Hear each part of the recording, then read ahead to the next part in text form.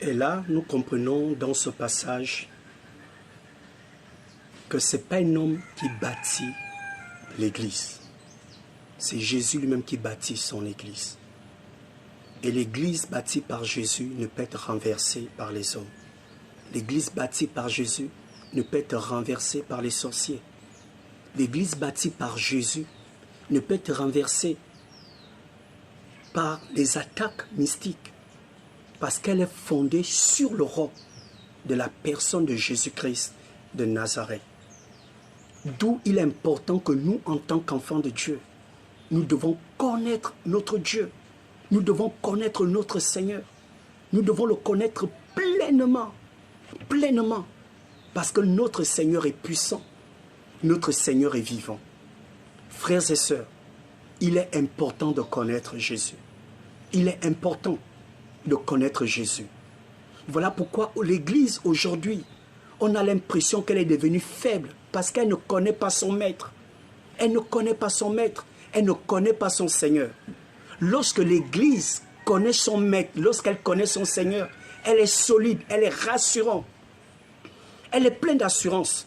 Elle est pleine d'assurance. Elle sait que lorsqu'elle a une difficulté, elle sait que lorsqu'elle a un besoin, elle fléchit les genoux auprès de son maître. Et son maître qui l'écoute depuis les cieux va les exaucer. C'est vraiment important, frères et sœurs. Cherchons à connaître notre Seigneur. Ne nous attachons pas aux églises bâties par les hommes. Aujourd'hui, on nous fait croire que les églises, c'est les bâtiments. L'église, ce n'est pas le bâtiment. L'église, c'est toi et moi. L'église, c'est toi et moi. Et c'est ce que le Seigneur dit à Pierre ici, que sur cette pierre, je bâtirai mon église. Les portes de séjour du monde ne prévaudront point contre elle. L'église bâtie par Jésus ne peut pas être renversée.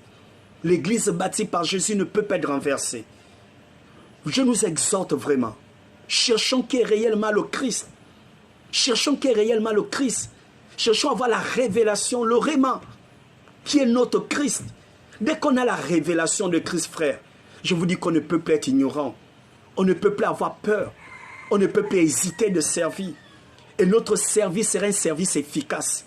On va le faire avec le cœur. On va le faire avec l'amour.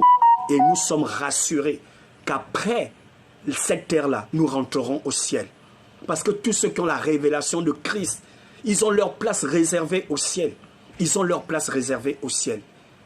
Ils ont leur place réservée au ciel.